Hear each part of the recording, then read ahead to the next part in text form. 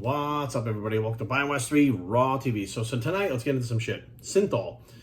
Let's talk about some Synthol, right? So you guys might be like, okay, but I know what Synthol is. Hang on, we're gonna break down Synthol a little bit of a different way now. Synthol, I think a lot of people think it's very prevalent, and I'm hearing these things, and this is spawned again by Nick Trigili's videos. And I watch Nick's. He's one of the only channels I actually watch regularly, because I know for a fact a lot of the shit that he puts out, not everything, is on point. And it's not just his opinion, it's fact. And it's kind of hard to watch Nick be the kind of one man out there standing by himself and everybody points a finger at him when he's actually right. And I know for a fact he's right about things. And he started talking about Synthol because there was two people there was Ian Valeri and there was Nick Strength and Power. And I didn't see the videos. I don't follow either one of them really that much. But I did hear the things that they were saying about Synthol, and Nick Strength and Power saying that all the top 7 in Olympia using Synthol. Pump the fucking brakes. Listen, Synthol is used way more in the amateurs than it is in the pros. I'm telling you right now. I'm going to give you a little bit of history on Synthol, how it works, where it comes from, all that stuff. And let's just get to it, okay? So we're talking probably back in 2000 somewhere, or 2001, maybe 2002, somewhere around there, where I had heard about this pump and pose stuff, they called it, right? And there was a guy named Manfred Hoberl. He was this big German guy with these crazy arms. And I bought his book because I'm like, if his arms grew with this workout, I'm going to do the workout. I'm going to get huge arms like that, right? I mean, this was my train of thought back then, right? The internet was around, but it wasn't like it is now. There wasn't tons of information. Very different back then. So I bought the book, and I'm looking at the book. And in the book, some of the pictures of him, his entire body was downsized. And his arms just looked weird. And I'm looking at it going, why isn't the rest of his body downsized with the arms? What the fuck is going on? Like, nothing made sense. And I'm like, this dude is doing something other than training his arms. That's what he's doing. And there was a picture, I think it was in a forum or something like that at the point, where they were talking about, and there was like Mesomorphosis board. There really weren't many messages boards around. And it had Manfred Hoberl with this guy named Chris Clark. Now, Chris Clark created Synthesize, aka Pump and Pose, the first Synthol. And that was kind of where I was introduced to it. I'm like, okay, Synthol, Pump and Pose, Synthesize. I'm like, what the fuck? So I started kind of asking around, and you really couldn't find it anywhere. I knew one guy that actually had Chris Clark's formula. He had a kind of a hookup that Chris Clark would send it to him, and he had a bunch of these things, and he wasn't really selling it to many people, but I knew he had it, and I wanted to try it. So I approached him. I'm like, look, I really want to do this, yada, yada, yada. And I'm like, my goal is to turn pro. I want to be big, blah, blah, blah. And he was just like, how long you been training? How long you been using gear? Like, we went through this whole thing, and I kind of known him from the gym and being around the shows and stuff. And he was like, all right, fuck it. He's like, I'll sell you a bottle. He's like, it's $300 for the bottle. I'm like, boom, here's the cash. Threw it right on the table. Here you go. Took the thing home, and there was a protocol with it, right? 1 cc per body. Let's say you're doing shoulders. 1 cc per head for like 7 days. Then it was 2 cc's per head for 7 days. Then 3 cc's per head for 7 days. Then it was like 1 cc as a maintenance dose once you blew up that muscle like that. And of course, what did I do? Well, if I'm putting 1 cc in now, let me start with 2. Let me bump it up to 3, and then the third week I'll do 3. So we'll inflate things even more and make it work even faster, because one shot, right, 1 cc, I didn't see shit. Like, I felt a little pain, but there really wasn't much swelling, so I knew this thing was about volumizing. And the idea was, you have this muscle fascia, which is essentially like saran wrap that keeps your muscles stuck to your bones, right? It's a kind of like a sheath that goes around it to keep your muscles from like wiggling around and falling around under your skin.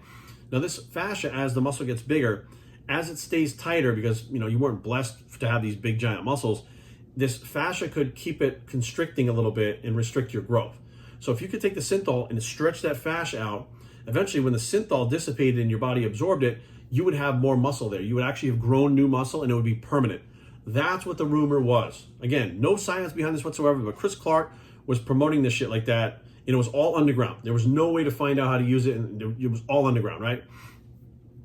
So I started using this stuff, and I started noticing that it was like, it looked watery, it looked inflamed, it didn't look right. Like, it looked freaky, don't get me wrong. But what I was doing with it, I was like, this is not how to fucking use it. So I found another way to use it, where I would use it before a show, and I would use it for like a couple weeks before the show. And I would literally put the 3 cc's in there, kind of Boston Lloyd type, and you would get the swelling, and then you would, if you stopped long enough, the water retention would go down, and the muscle would still be full. But sometimes when you inject it, the muscle would take on a weird shape. Like Milo Sarcev put it in his arms, his biceps took on a really weird shape. So when somebody uses it, the muscle takes on a weird shape. It's not even uniform. Like, in order to have a uniform, you would have to go like pin it like in all these different fucking ways, like all around there. Like in your quad, you'd have to pin it all the way down your quad, like multiple. I mean, it's a giant pain in the ass to get it to look right. So Synthol to me was something that I thought, you know, all the pros are using. Realistically, none of the pros are using it. They were using something called aceclene, and I had used aceclene before, which is no longer made, and that stuff was the key to what a lot of guys in the 90s were using. Aceclene. I have talked to so many old school people about it, pros about it. I know one pro that he went, when he got off the flight overseas, and he went directly to the pharmacy and bought all of it. And then what he did was he would go back to the room, and they had a plastic surgeon come in with like a massage table. And he would lay face down, and they would go through all the muscles in his back with it. And there's also lidocaine in it. So as this lidocaine was getting in your system, it would make you go to sleep. So they would try to get done with all these shots before he passed out and took a nap, because once he was asleep, they couldn't move around to make sure that the stuff was going to the right places. He was like an artist, this guy, with this stuff. And this person never got on stage without it. Like, so his whole physique, when you saw him on stage or at a photo shoot, he had aceclene in pretty much all his body parts. Like, he was shooting himself up all over the place with this shit. I mean, all the top pros were using the aceclene a few days before the show. They wouldn't use it all off season or anything like that, but they would use it right for the show. And like, you know, I don't want to say any names, but there are people that won the Olympia that in the off season, their delts were very flat, right? Even though they were fucking 300 something pounds, very flat. They got on stage, and all of a sudden they had these big fucking round crazy delts, right? And you're like, what the fuck happened, right? The aceclene, that's what it was. It wasn't Synthol. Now, what the problem was, aceclene was not produced anymore. So the stockpiles were getting shorter and shorter. It was getting more scarce to find this shit. And then all of a sudden, Chris Clark came out with this idea, hey, I'll make up my own fucking thing, put oil in a bottle, and everybody will inject the shit out of the oil. And his thing was, when you inject your cypionate or testosterone or whatever, it swells up. That muscle gets volumized by the shots, right? So, oh, fuck, I'll put it in there with no drug in it, right? It's the same fucking effect. It'll make but it didn't have the same effect. You have to take a lot more of it to get the same effect, because it didn't have the benzyl alcohol and the benzobenzoate, which are the irritant that's in the shots themselves of drugs that cause the inflammation. So people had to load up on this shit. Now the problem was, you're loaded up on this shit, and it makes the muscle deformed, it makes it look weird. Then it's like that for a while. And you're poking yourself so many fucking times with a big enough needle to get that oil through, you're creating scar tissue. So now you have this scar tissue creating, which I have in both of my shoulders, like these lumps in both of my shoulders from the scar tissue. We've been doing this shit over and over again. It's not a good fucking look. Like, I don't know about Boston Lloyd before his passing, whether he had this scar tissue and shit or not, I don't know. But if you notice, when he started, you know, going off everything and trying to get healthy, his arms and everything shrunk up with the rest of him. He didn't keep that muscle mass. So it wasn't permanent after all the shots that he did. It just doesn't work like that. There's no science behind it. It was complete bro science. But we bought into it because we were told this is what the pros are doing. Now, fast forward to what I know nowadays, Synthol is probably the least used fucking compound in the pros out of anything else they use. You guys don't even understand. A lot of these guys do take a good amount of gear. And if they shoot, let's say that they're taking like, 4 or 5 compounds and they got to do 2 shots a week. Well, some of these guys will go to weak body parts and put it in those weak body parts, and those body parts are site injected and they get the same volumizing effect, but it's not Synthol, which is why it doesn't look all inflamed and all fucking weird looking. But people look at it and like, oh, it's Synthol. That's not Synthol. Now, there are guys using it. I saw 2 people in the Olympia in the last 2 years, blatant abuse and use of it. Now, I don't know why it was overlooked. In at least one instance, it was overlooked. But as an NPC judge, as an IFBB judge, and as an NPC head judge and a national judge, we are told if you see those abnormalities, you automatically mark them down. We do not play with that Synthol. It is not legal in competition. So there are people, like we had a person, in a show not that long ago. He got on stage, he had these giant lumps in his delts. He had a good physique. He really had a good physique, but those lumps in his delts, automatically, you're not using that shit on our stage. Boom, done. He got like 5th place or whatever it was. And he did have a good physique. He could pose good, but you got some kind of weird thing looking like that. I mean, that is not what bodybuilding is about. It doesn't look good. It doesn't look aesthetic. And we know you're using a compound that is banned in our competitions, right? It's banned in our federation. So before you decide you want to use Synthol, really think about it. Now, I can tell you that Synthol doesn't work the way you think it does, because I had to use it so many times throughout the years for shows. The judges never saw it because I learned what to do on my own with it. There was nobody teaching anybody what to do, and I figured it out. I put it in my rear delts because I have very narrow shoulders.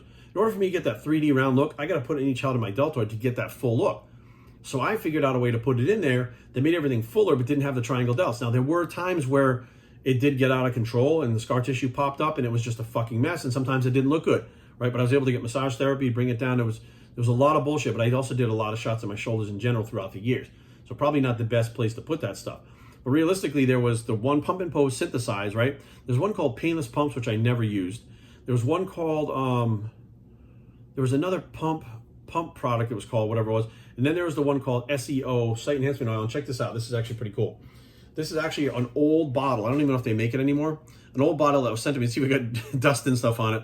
that was sent to me by a friend of mine as like a nostalgia thing. He's like, I have these from like 15, 20 years ago. It's like, I literally have one. I'll send it to you, right? He sent it to me, and I'm like, cool. So this is the one from Nuclear Nutrition. Trevor Smith was a buddy of mine. When he was alive, I got a lot of information from him. He was the one that kind of taught me, after I wound up finding this product, taught me how to do it certain ways to make it look more natural. And Trevor was a fucking monster. He was about 400 pounds. He dwarfed Ronnie. He was gigantic. Him and Ian, what was his last name? Ian something or other. They used to train doing this thing called Demon Training, Beyond Failure Training. If you look up Beyond Failure Training or Demon Training, you'll find Trevor Smith in these videos. And I started learning more about the different products, of course, from Nuclear Nutrition, which I was using. But at the same time, I started using that product, this product right here. And you can see it's still full. It's actually really cool to have it. I got it on my desk because I just think it's so cool. But so I used that brand too. So obviously, if this stuff worked the way it was supposed to, the way I was told originally, you just put it in those places and you grow new muscle. It never worked like that. It never did that. So listen, pros are not taking this Synthol and injecting it all over their bodies. Most pros. There are people that are doing it, and I can fucking spot it a mile away. And so, so many of the judges don't know what it is when they see it. They go, wow, it could be a site injection. And sometimes when you look at it, like Hadi Chupan, I'm sorry, his shoulders, you look at it, you're getting marked down. That guy should be winning Olympias, but if he's got those fucking shoulders, it's going to be marked down. Now you've got people talking about like his manager releasing that he's putting in all these different body parts. Well, here's the thing. In the off season, when you're putting that shit in, we see these new pictures of it, new videos. He looks full and great. When you diet down, that's when you see the Synthol. There's another Mr. Olympia competitor. He's got multiple injections in his legs. You can see when he stands there, there's like lumps going all the way down his fucking leg. And I'm like, how are you guys giving him the placing that he's got with these fucking lumps in his legs? Right? When he does this with his shoulder, his fucking shoulder does this, like a perfect triangle when he does crossovers. There's so much oil in his fucking shoulders that when he stands down normally, he looks weird, but when he puts them up, he looks fucked up. And I'm like, I don't understand what the judges are or aren't seeing, but maybe from where they're sitting, at the angle they're sitting, he's hiding it when he's posing. And then the judge, from where I'm sitting, I'm seeing it on TV, which is a straight angle. The judges are seeing it up here. It may look totally different that they're not seeing it, but they judge what they see and not what everybody else sees. So I know for a fact that some of these guys, they're using it and you can see it. But a lot of these guys you think are fucking not using it. They're not using it. It's not a common practice amongst pros at the Olympia to be booting themselves up with fucking Synthol. But it is super common all over the fucking amateurs. People that have never won a show, that will never win a show, they've done one show. People that have, never done a show that are using it. There's fucking people all over the place using this shit because they think the pros are. And the pros are like, I'm not using it. I don't believe you.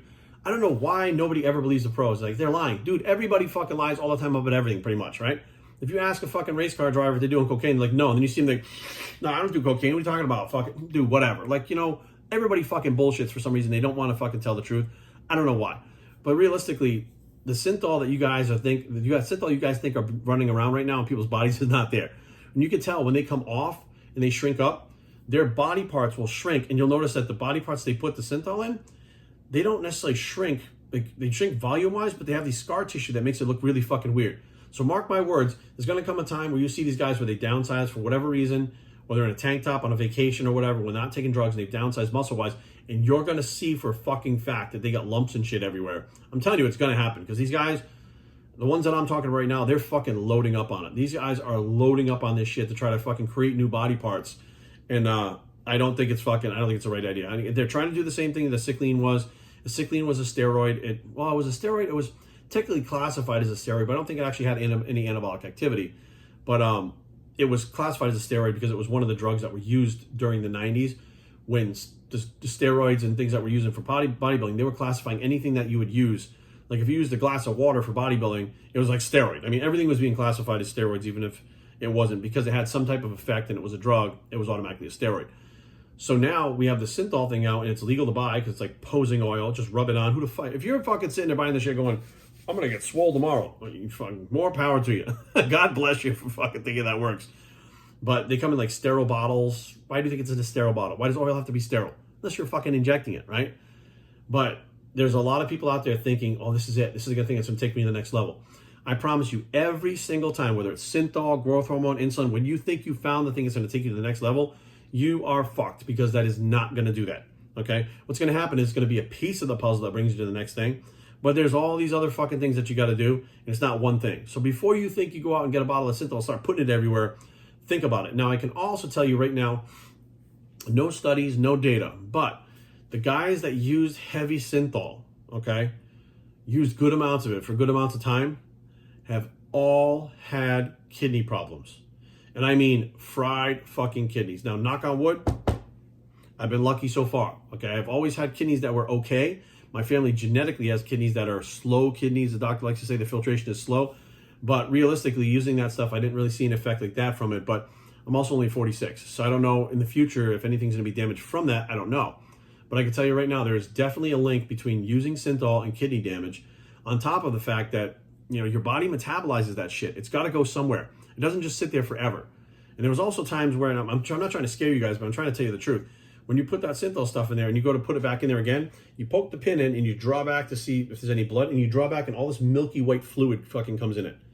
Right? And you're thinking, is it fucking pus or whatever? It's that fucking oil that sits in there. It turns like a weird fucking color. So that can scare the shit out of you too when you pull it back. You're like, what the fuck is that? Like, that's not supposed to be in my body. You're right, it's not. You put it there. So be aware, guys. This stuff is not stuff to be played with. If people want to fuck around with it, let them fuck around with it. But you, personally, my advice, don't fuck with this stuff. Keep training. Keep fucking doing what you go. Keep taking your fucking gear if you want to take it. But do not fuck with Synthol. There is no reason to do it. All your top pros that you're emulating or you want to emulate are not fucking doing it that you think they are. There are some Olympians that do it. They look like absolute fucking dog shit with it. And it is illegal in competition, right? And it's going to be even fucking noticed more if you step on a local stage and these judges look at you. They're going to mark your ass down. They're not going to fucking give you a winning fucking score if you're walking around with fucking lumps all over yourself. It's just not going to happen. So be prepared for that. Be prepared if you go out there looking like a jackass, even though you have a great physique, you're going to get fucking hammered for it. And it's going to piss you off and you're going to think it's a judge's fault. Remember, everything you do when you get on that stage is your fucking fault. BioStrengthTraining@gmail.com. Leave comments down below, but don't fight. BioStrength.com, the blog. It's your fault. Don't use Synthol Bicep. And we are out.